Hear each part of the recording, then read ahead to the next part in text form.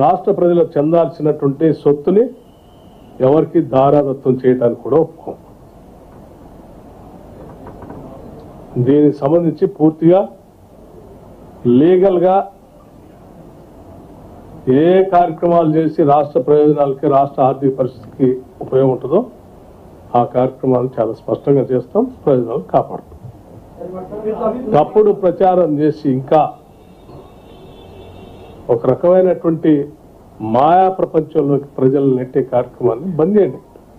జనానికి అర్థమైపోయింది మీరు చేసినవన్నీ. ఇంకా భ్రమలు కల్పించి బతుకుదాం అనుకుంటే భ్రమలన్నీ తొలగిపోతాం.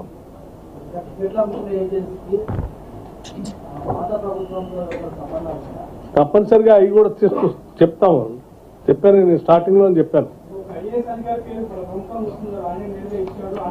నేను ఇప్పుడు చెప్పాను అదే. ప్రభుత్వం మంత్రి గారు వారు వారు వారు సంతకాలు లేవు, పోనీ క్యాబినెట్ అప్రూవల్ అది లేదు. ఏందనంటే టెలిఫోనిక్ ఆర్డర్స్ ఇచ్చారు అని ఒక నోట్లో ఎక్కడో రాసి దీనికి సెకండ్ అగ్రిమెంట్ చేశారు. అంటే ఈ నెక్స్ట్ జన్ వీళ్ళు కట్టుకోవాలి ఆ ఫీజు. ఫార్ములా ఈ రేస్ వాళ్ళకి 110 crores, దాదాపు 88 దాకా పర్మిషన్ తెచ్చుకోవాల్సింది వాళ్ళు ఆ పని చేయకుండా ఉండటం కోసం వాళ్ళని పక్క తప్పించేశారు.